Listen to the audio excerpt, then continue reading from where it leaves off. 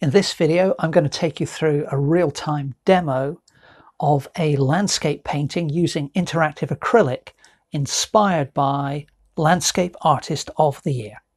Hi everyone, I'm Mike, and this is the Sunday Art Show. So for these types of videos, I normally take my reference images from the early footage in the episode of Sky Art's Landscape Artist of the Year. But for this particular episode, I didn't find the footage all that inspiring. So what I decided to do was take this reference photo of a guy paddling away on the water, use him as my main subject, and then inspired by one of the buildings in the background, I've decided to repeat that little motif. So I've copied the buildings in 3 different locations to create this imagined landscape inspired by the show. And then in addition to that, this sort of water vessel the gulls were perched on was originally in my reference. It was directly behind this guy, and you can see that I drew it there to begin with, but I've obliterated that. And I've just popped a single gull resting on something here in this corner. So my intention is to have the guy in the kayak in focus, and then the rest of the stuff, including this bird in the foreground, to be pretty much out of focus. So I'm hoping to create, a clear focus for the landscape, a sense of depth, and then maybe this paddle will lead your eye to the out of focus bird. We'll see how it goes. This is watercolor marker on mixed media paper, but now I'm going to grab my interactive acrylics and get painting.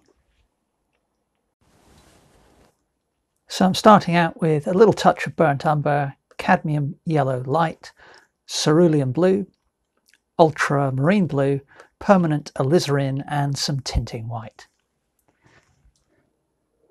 I've got a 1-inch flat brush, and I'm going to grab some of the cerulean, some of the tinting white,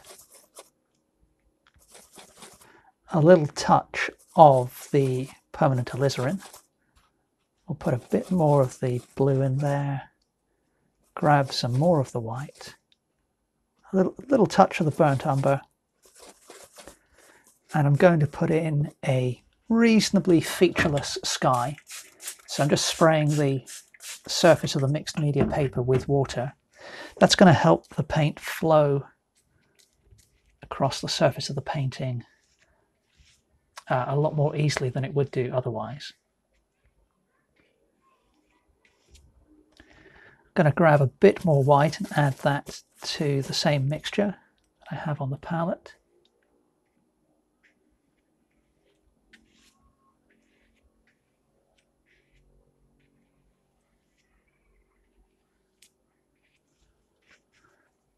A little bit more white again. Just add a bit of water to the paint in the palette. So we're just gradually going lighter and lighter as we come down towards the horizon. And as you can see, applying the paint to that wet surface is automatically creating a bit of texture for me. So the sky isn't completely featureless, but it's still essentially just a blue or a slightly off blue sky. Now that bit I just put on there was a little darker than intended, so I'm just going to grab some of the white and just kind of work my brush through that.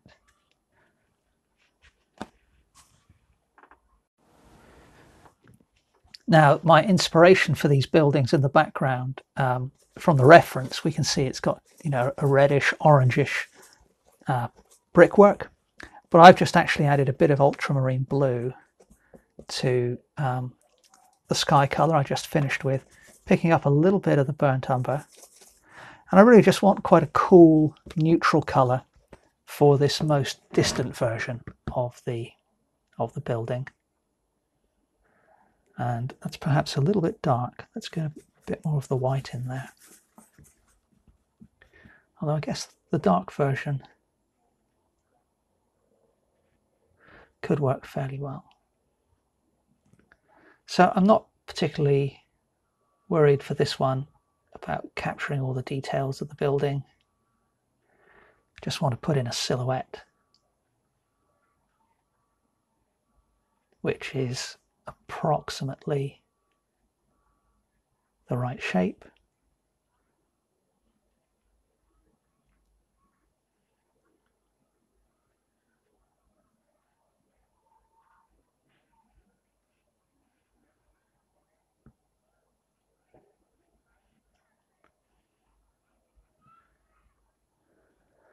And while I've got this colour on the brush, what I'll do is I'll just change the way I'm applying the paint to just suggest some very distant foliage there.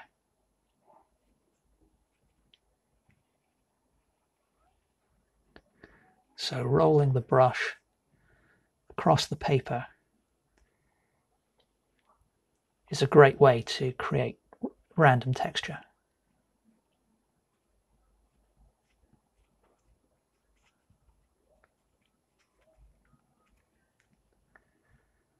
And I'll even put a little bit of that here over on the left. So we've got a little bit of continuity.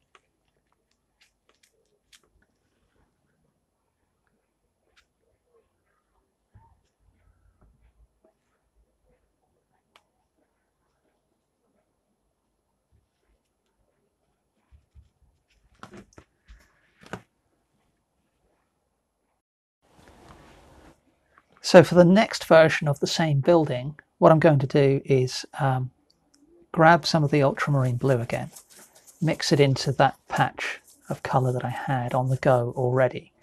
I'm going to grab a little bit more of the alizarin and we'll put a bit more white in there. So now we're still not ready orange, but we're sort of veering towards the purple, so it's more red than what I used before. So same again, I'm going to come in here, well not quite the same, but I'm going to take a little bit more care with the shape of the building this time.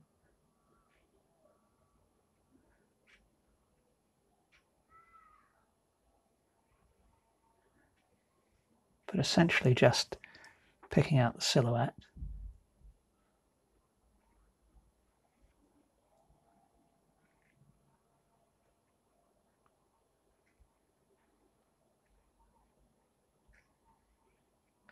Now this ragged edge I've got here on the left hand side of this tower, that was unintentional, but I quite like that, so we'll keep that there. And I appreciate that the turret in reality isn't as sort of bulky as that, but I'm just going to keep it that way.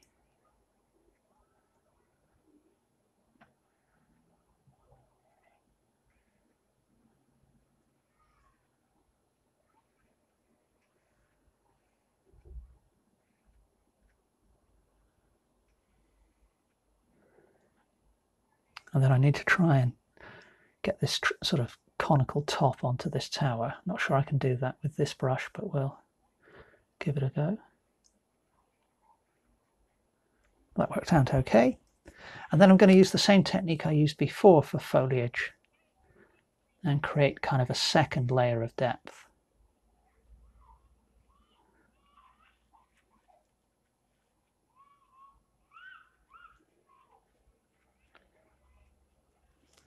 And we'll do something, I'm not going to go all the way across this time, but I'll do something there.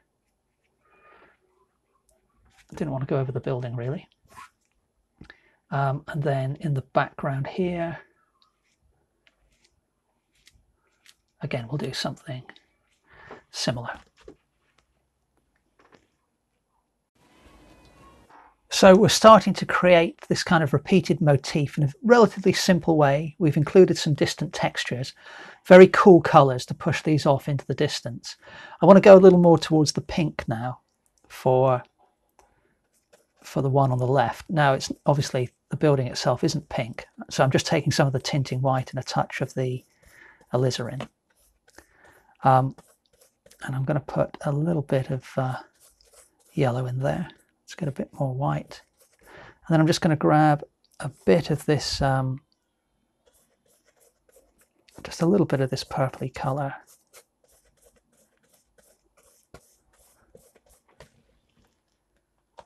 A bit of water, and I'm going to begin with the same or similar treatment to the way I've tackled the others. So I'm just going to sweep across there.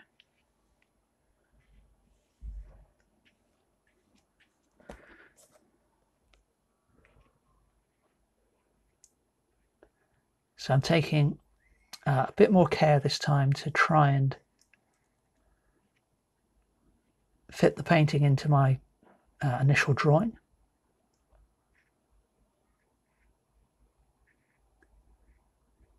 I may end up adding some shadows to the silhouette that I'm painting in at the moment.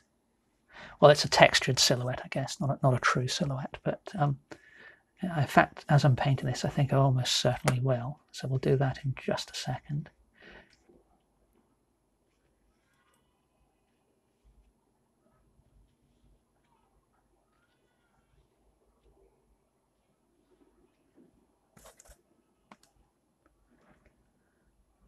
So in reality, there's a gap of sky between the left-hand tower and the very tall tower, but I'm going to ignore that fact. So it's just going to work better for me and my brush work if I ignore that.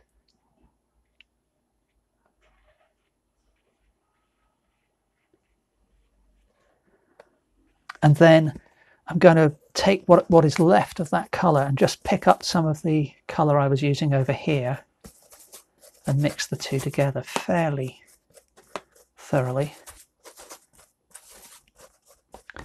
And these shadows that I'm about to put down, they're not going to be anywhere near as dark as in the reference, but the idea is to just introduce a little bit of a sense of three dimensions on this particular building, because it's meant to be closer than its clones over on the right.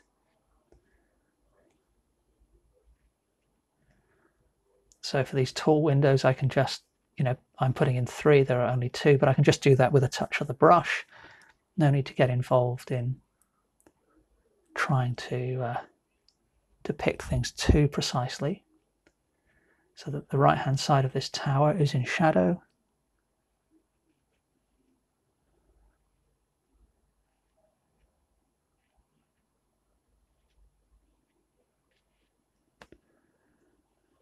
And then I could perhaps hint at a bit of detail on the tower.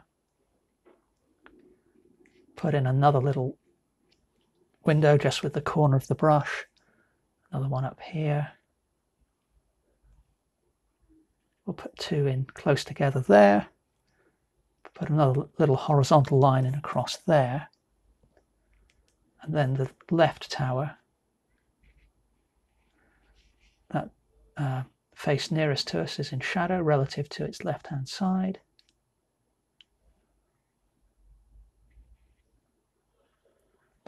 And then if I grab just a little bit of ultramarine blue and mix that in, I can put a hint of a window in there. And then there is also a cast shadow. So I'm just picking up some of the cerulean blue sky mix and mixing that in with what was on my brush, because there's a little bit of a lighter shadow cast over the building here. And in doing that, I've inadvertently, it came out more purple than intended. So the window I had there before got covered up. So I'm just putting in some of the ultramarine blue. So we'll put that in as a window. I could perhaps go back and do that on that one. And that's probably all I need to do for that building at the moment. Now for the foliage, which is going to come in front of this building on the left, I'm going to take some of the ultramarine blue and mix that in with what I had left from the building colour. We'll put a touch of cad yellow in there. So we've got a very dark green. But what I'm going to do is then, just with a corner of cad yellow, I'm going to mix that in just along one edge of my brush. So I've hopefully got a dark colour on the top of the brush now, and then a lighter green there on the bottom. side. I'll just give the painting a quick spray with the water bottle, and what I'm hoping is, as I do this, yeah, that's working quite well. I'm getting a mix of the two different greens.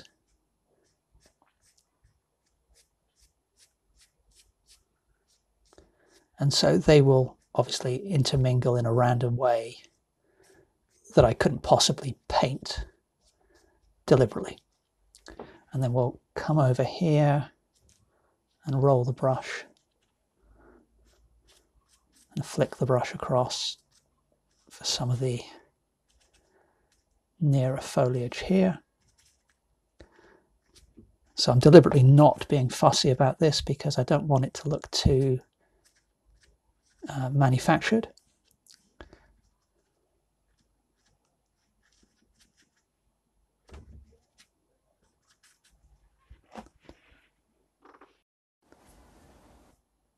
Now for the distant edge of the reservoir, the foliage is going to be, it's quite a bit nearer basically. So let's grab a bit more of the blue, a bit more of the yellow. So, and we'll put a bit more of the yellow in there.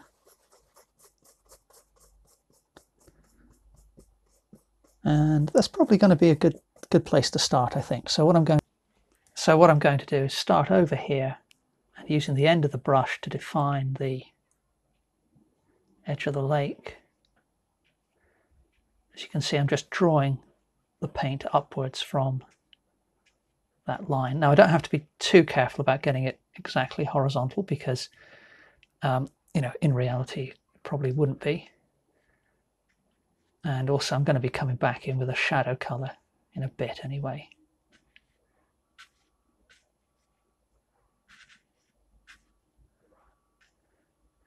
Now that colour is looking a bit too similar to the colour it's meant to be going over the top of, so I'm just adding a bit of cad yellow and a bit of white.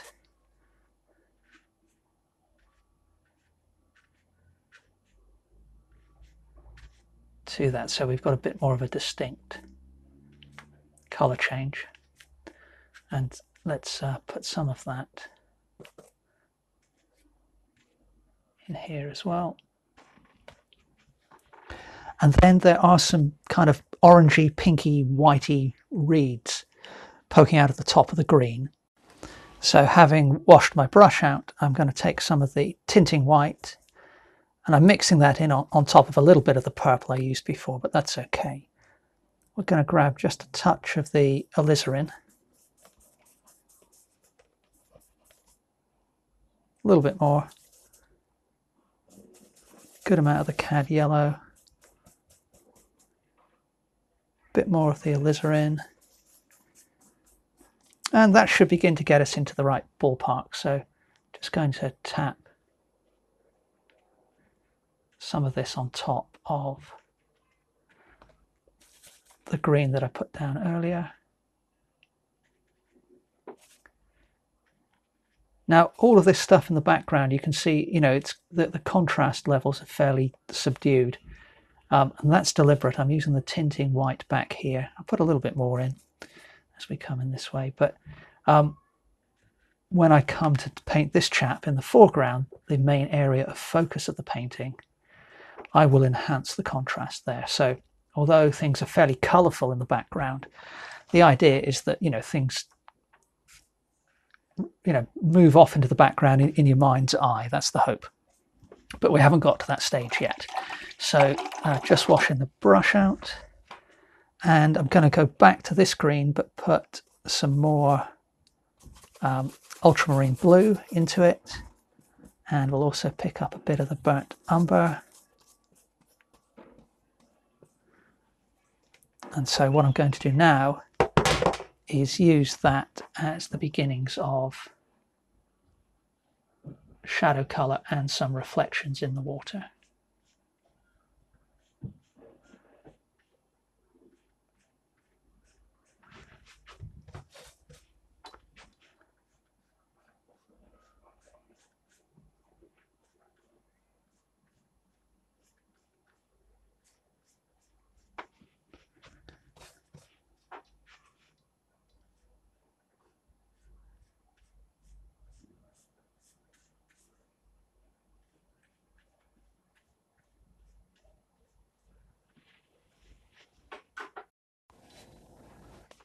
Next up, I want to tackle the water. So we'll start with some of the cerulean blue.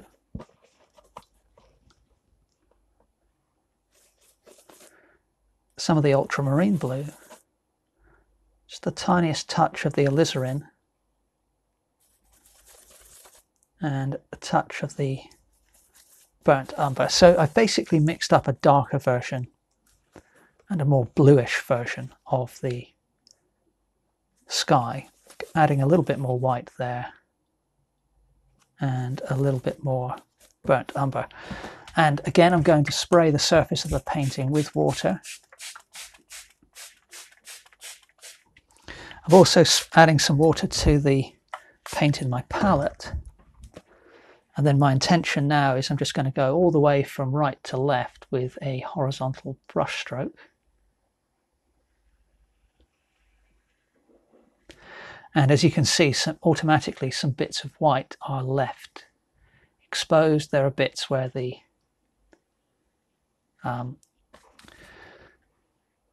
paint is thinner, bits where the paint is thicker. There are little micro bubbles in there, visible brush strokes.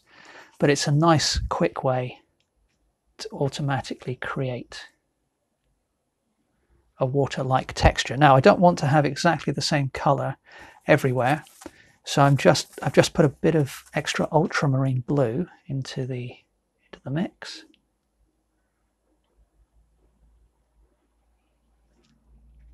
Let's go left to right this time. And then I'll put a little bit of extra permanent alizarin in there as we come down here.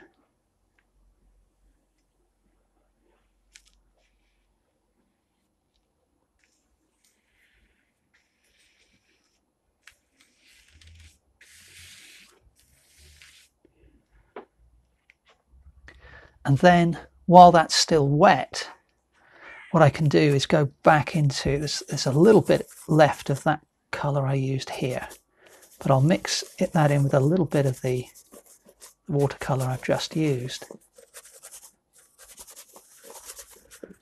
And what we'll do is just hint at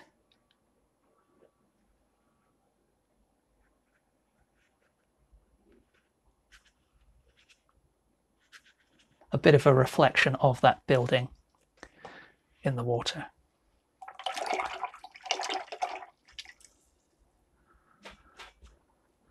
And I've just looked at that, and it does look a little bit like the reflection's tipping over that way, I think, but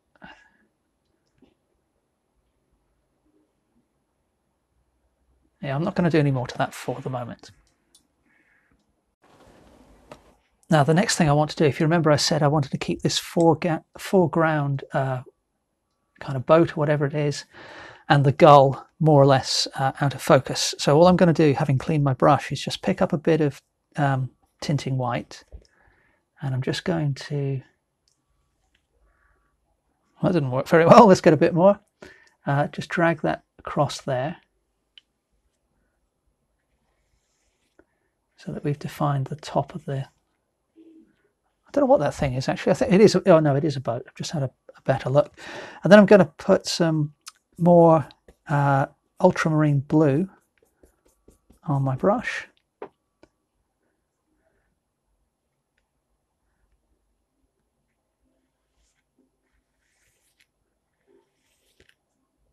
just sweep that across. A bit of burnt umber into the mix.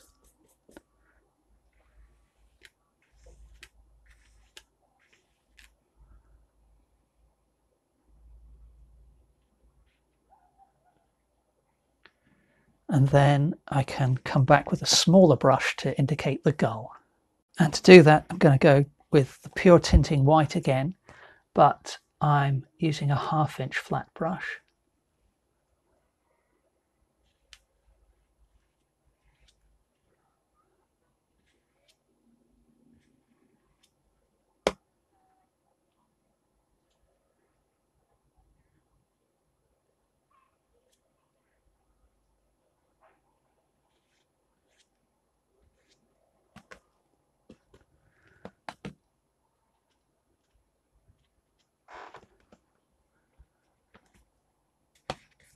Then I'm going to pick up some cadmium yellow, mix it in with the white to just very subtly indicate the presence of the bill. And then obviously, you know, seagulls aren't blue, but I'm actually just going to come in with pure ultramarine blue for this next little bit.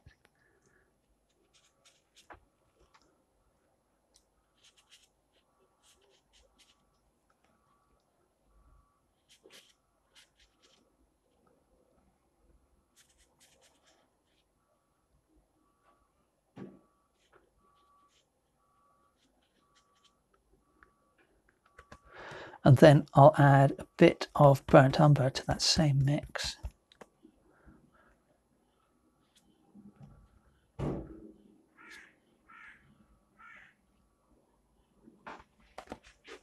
And I'll leave that like that for now at least.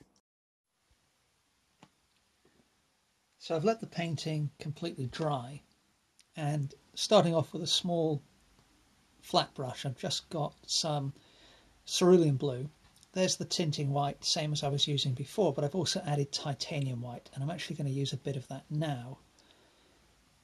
And my hope is that's going to put down a more opaque layer than what I've been using before. So that's going to bring, or help to bring, this kayak, you know, into focus, but also it's going to you know, make it seem closer to us as well. So it's going to be part of the foreground. So I'm just adding that bit patch of paint, as you can probably see, is barely visible on camera. So I've just added some more white, and that's a bit more like it.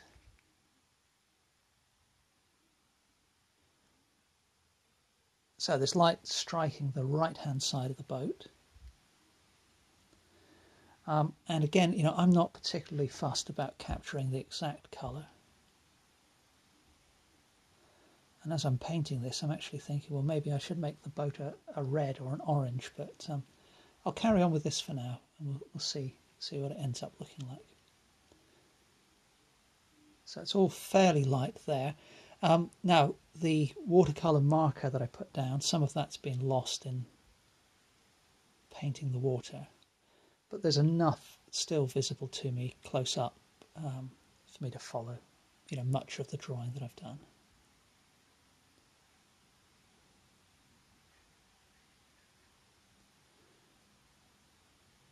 Okay, so next I need to mix up a much darker blue. So let's take some of the ultramarine blue, and I've just mixed that in with what I had left on my brush already. And I'm actually just going to add a little bit of the alizarin. And let's see what that looks like as a mid-tone.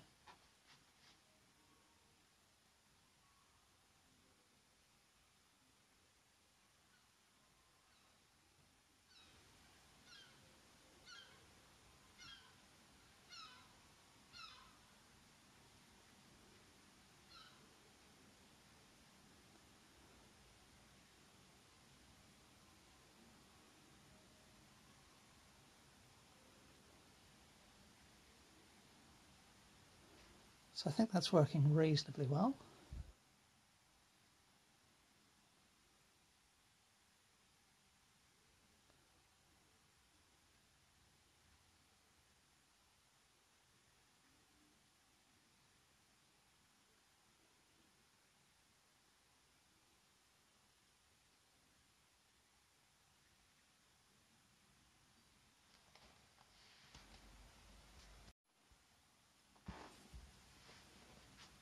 Just add a little bit of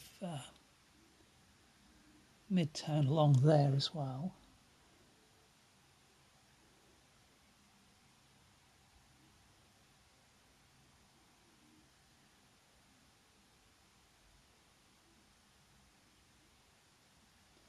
And then I want to go darker again, so we'll grab even more of the ultramarine blue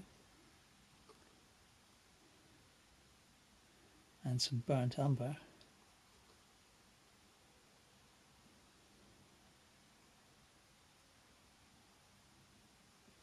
and mix that fairly thoroughly on the brush.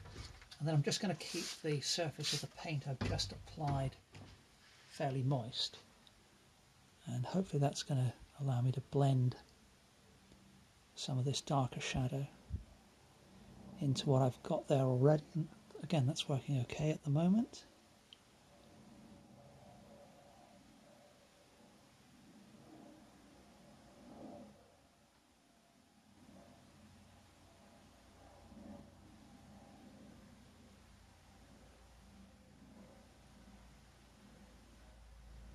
And then we'll use some of that dark colour.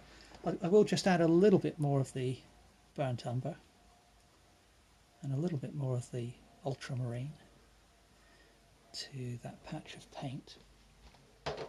And again, I'm going to spray the surface of the painting with water, but I can use that, I hope, to begin to put a few bits of reflection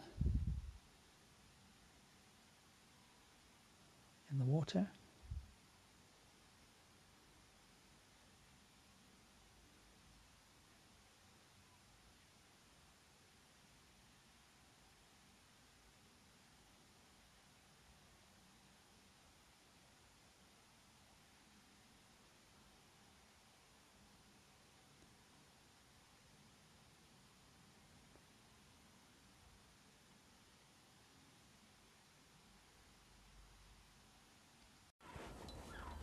So having done that, I've cleaned my brush out. I just dipped into the wrong white, so let's grab the titanium white, the white that I actually want.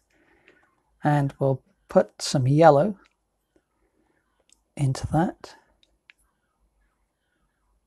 And a touch of the alizarin.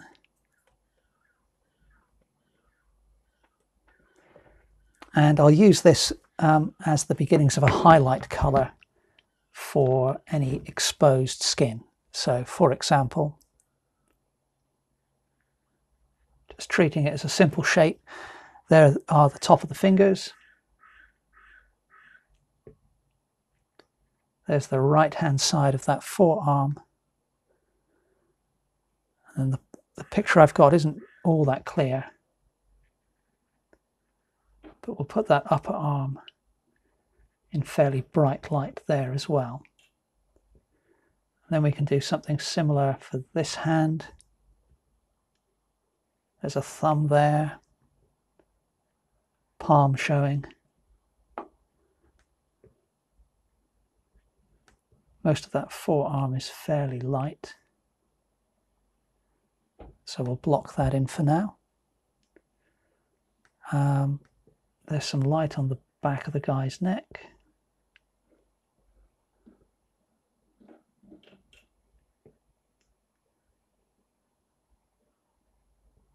Edge of the ear. And there's a little flash of light across the top of the cheekbone there. And then I could probably get away with a little bit there on the bit of his chest which is exposed. And then a little bit there for the top of the shoulder. So having done that, next move is to take some more of the alizarin and mix it into that same patch of colour. And we'll add just the tiniest touch of the cerulean, maybe a little bit more. And so hopefully this will work fairly well as a mid-tone. So again, just added a bit of water to the surface.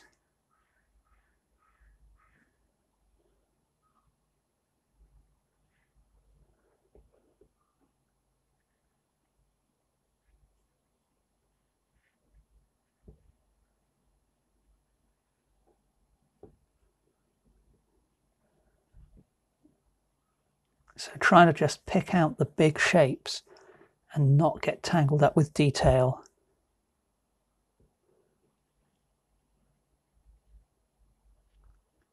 If at all possible.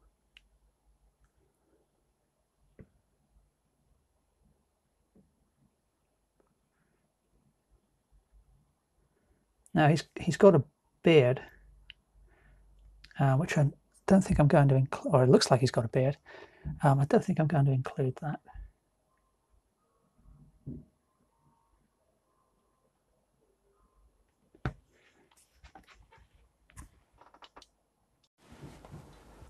So now I want to go darker again. So grabbing some of the alizarin and just mixing it in with what's left on my brush and some ultramarine blue. Get a bit more of that blue. A little bit more of the crimson. And that might not be quite as dark as we end up going, but should be okay to begin to put in some shadows. So left hand edge of his thumb is in shadow, and there's a bit down there as well.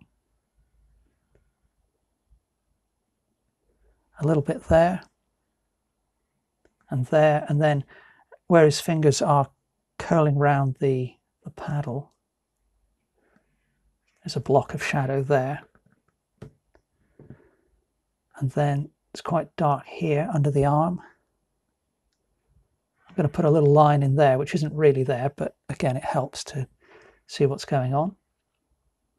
Narrow line of shadow there. And then the underside of the forearm is really quite dark. Now, when it comes to this hand, there's a lump of shadow there where the thumb is, and there's a line of shadow for some reason, and then another patch of shadow on the right hand side.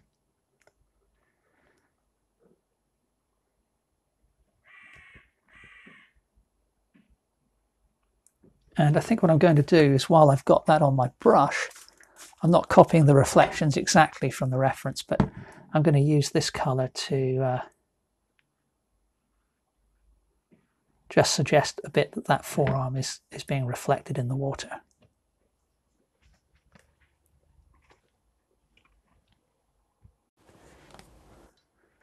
And then we can head up to the head, and there's definitely a patch of shadow in the ear here. And then if I ignore the beard but sort of assume the lower part of the face is in considerable shadow.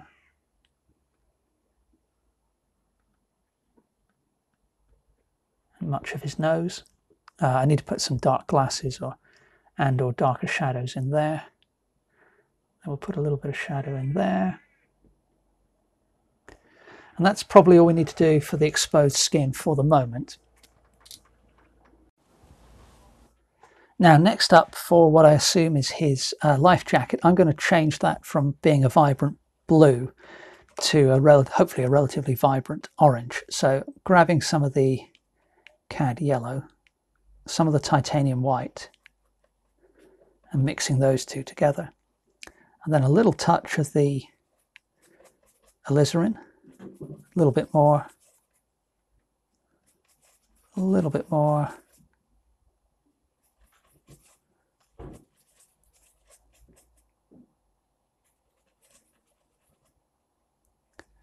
and that's not quite producing the orange that I'm after, actually, so that's not quite sure why that is. So I've ended up with something close to the flesh tones, which isn't quite what I want. So I'm going to switch to some orange straight out of the tube if I've got some. So this orange is much closer to where I want to be for the colour I have in mind. So there's a bit of the orange. We'll grab a little bit of the titanium white, a little touch more, and that's going to be a nice bright vibrant colour for the life jacket or the top he's wearing, whatever it is. So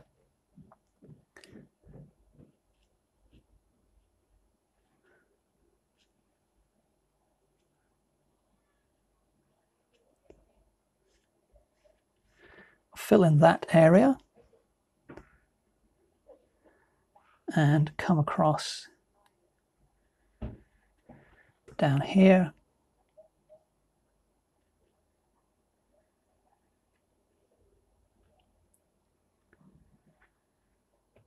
Made that bit a little bit too wide really, but we'll compensate for that by kind of leaning the body a little bit, I think. And then in my drawing, this isn't the case in the reference, but in my drawing I feel the need to, or in my painting, put in a little bit of his shoulder there so that things look a bit more connected up. And then within that, let's grab a bit more of the white, mix that in with what's left on the brush. We'll just put a couple of highlights in, so it looks like there's a little bit of texture. And then we need to put some reflections in the water, but before I get to that, just giving the brush a little bit of a clean back into the original patch of orange. I'll grab some of that dark blue colour I've got there just to subdue the orange a bit, because when things are reflected in water, they're rarely as bright as the well, I would go as far as to say almost never as bright as the thing they are reflecting. So we'll take this slightly more subdued version and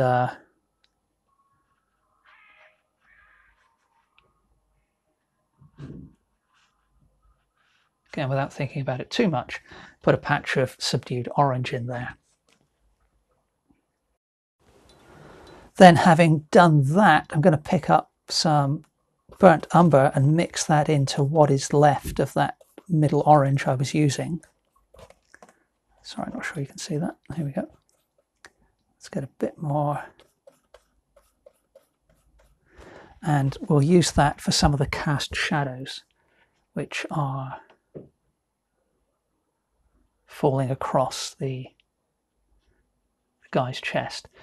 Now, I could probably do with going a little darker than I've got at the moment, but for now, this should suffice.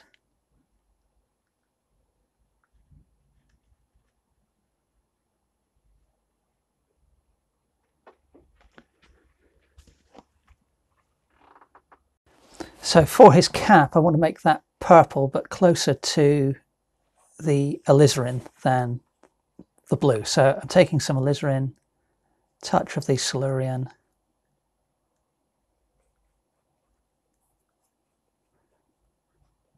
and I think that's going to be, let's get a bit more of the blue.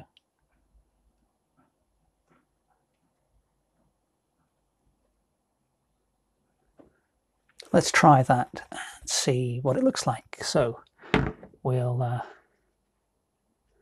no, not really the ideal brush for this, but we should be able to make it work with a little bit of care.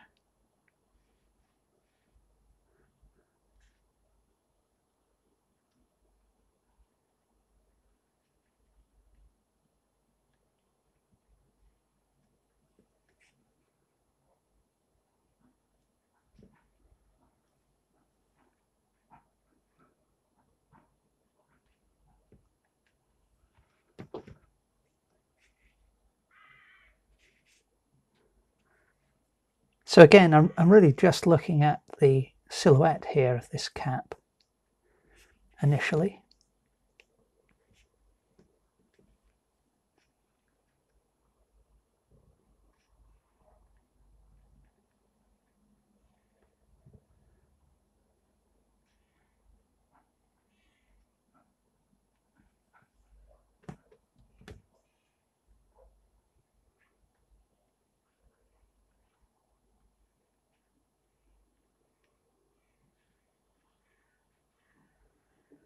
And then we'll grab a little bit of the titanium white,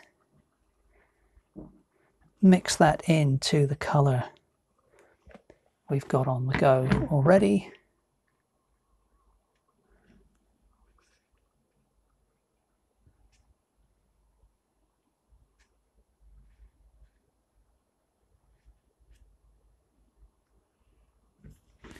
And if I just mist that with the water, just soften the transition from light to dark, and then I'll put a bit of light catching the peak of the cap as well. And then, despite what I said earlier, I think if I add some burnt umber to that mixture, I've got to give him some hair anyway. So we'll add some burnt umber to that mixture, and we'll pop in some hair, and perhaps we could give him a bit of a beard.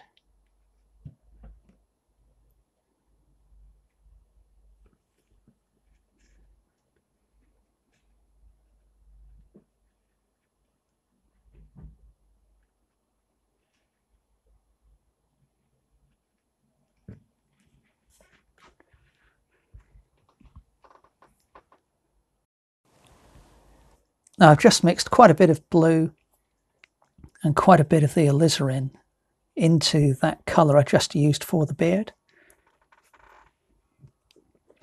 And we'll use that to begin to fill in the paddle. It's quite dark, and I took quite a bit of care in my drawing. I actually used a ruler to get the line of the paddle straight, and I've already kind of messed that up a bit with the brush, but I think I've recovered it reasonably well.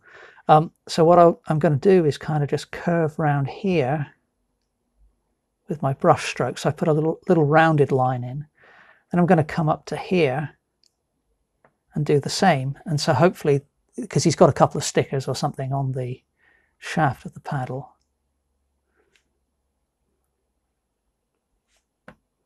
so hopefully that's going to make it look a little more cylindrical, rather than if I just paint it in as a solid rectangle. Now, got a bit of a problem here because I'm struggling to see my marker line. I think it's there.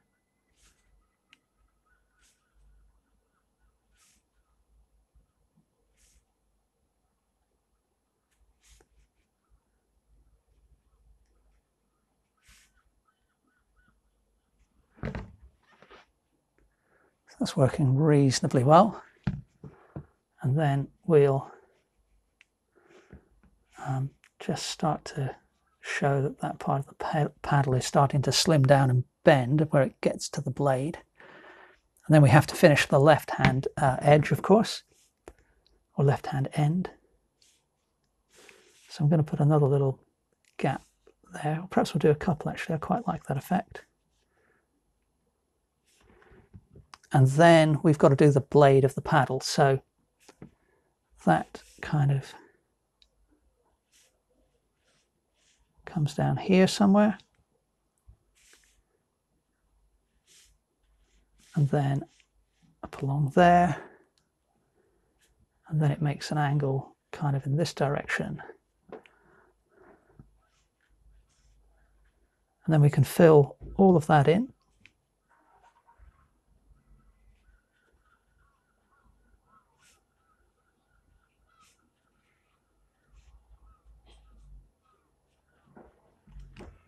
So hopefully we're starting to create the illusion that this chap is in his kayak and floating on the water.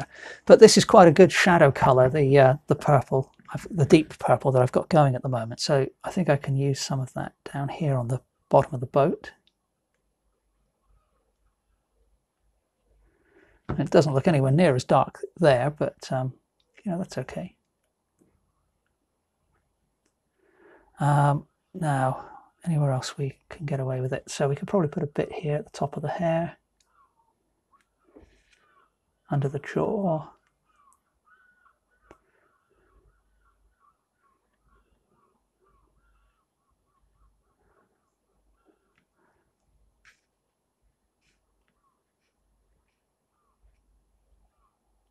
It really is quite dark shadow here on the forearm.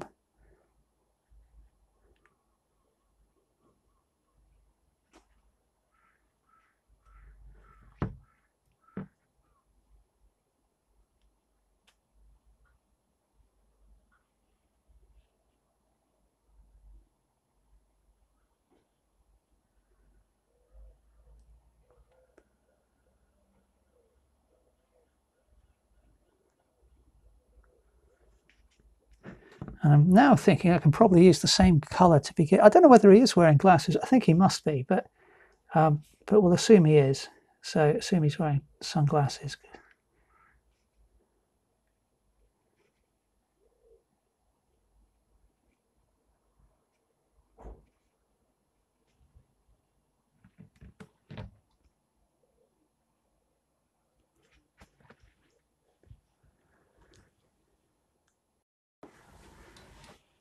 Then we'll go back to the orange, grab just a touch of the alizarin, a little bit more. Hopefully that's given me quite a nice kind of something close to a cadmium red, I think.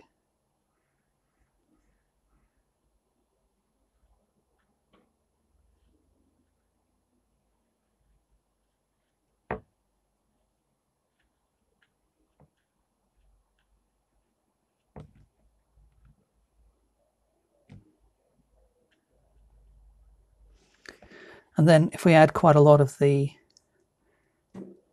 ultramarine blue to that colour,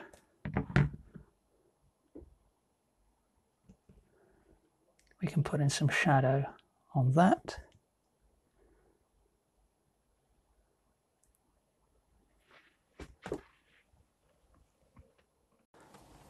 And with that same colour on the brush, if I just again mist the painting with water and measure roughly where that would be reflected, I can just very lightly put a suggestion of that in the water. Now I've just picked up a bit of pure titanium white on a liner brush, and I'm just going to use this to begin to add a few highlights here and there.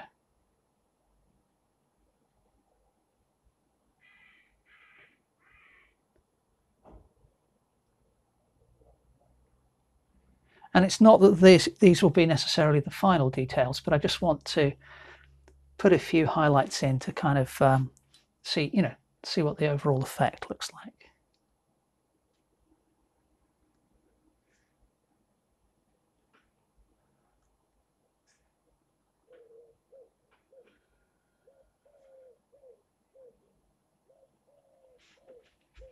So the key here is to try and vary the marks you're putting down. So sometimes you want to put the paint down fairly thickly. Other times just let the brush skim across the surface of the painting so that you are getting a variation.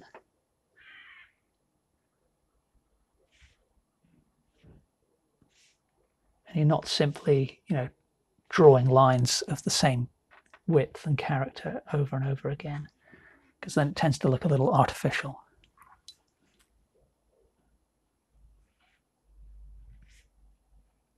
Broken lines is also, a good thing to do as well.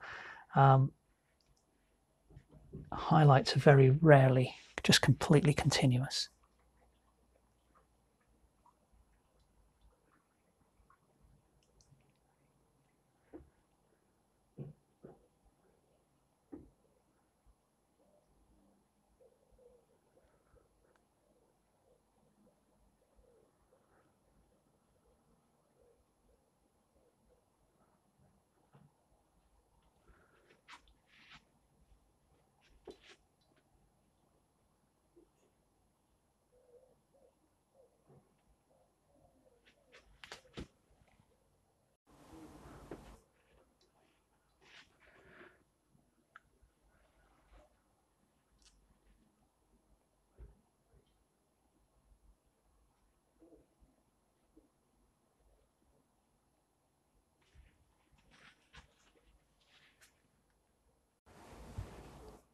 Now, just below the tip of this paddle, there looks to be, in the reference, I think it's probably a shadow rather than a reflection. So I've just taken a bit of ultramarine blue and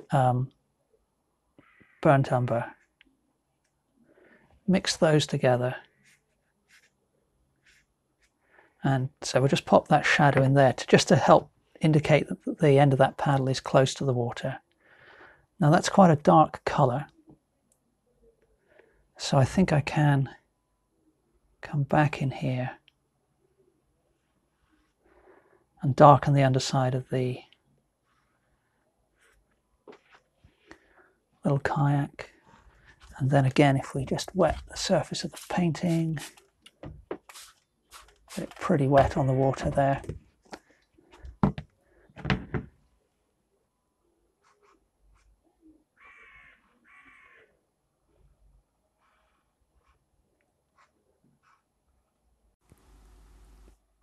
Now, my original plan was to kind of finish the painting to a higher level of detail and focus, particularly on the guy in the kayak. But on reflection, I decided that barring just a couple of little touches, I modified the gull just a little bit. I added a little bit more to the guy's shoulder on our left. But apart from that, I like the fact it's kind of raw and pretty much done with sort of 2 layers of paint for the most part. So it's not that there aren't any errors, but I like the finished effect. Hope you enjoyed watching this episode as much as I've enjoyed painting this painting and all the other episodes of Landscape Artist of the Year so far, checking out all the different scenes and different styles that I can experiment with. Hope to see you next Sunday for the next episode of the Sunday Art Show, and thank you very much for watching.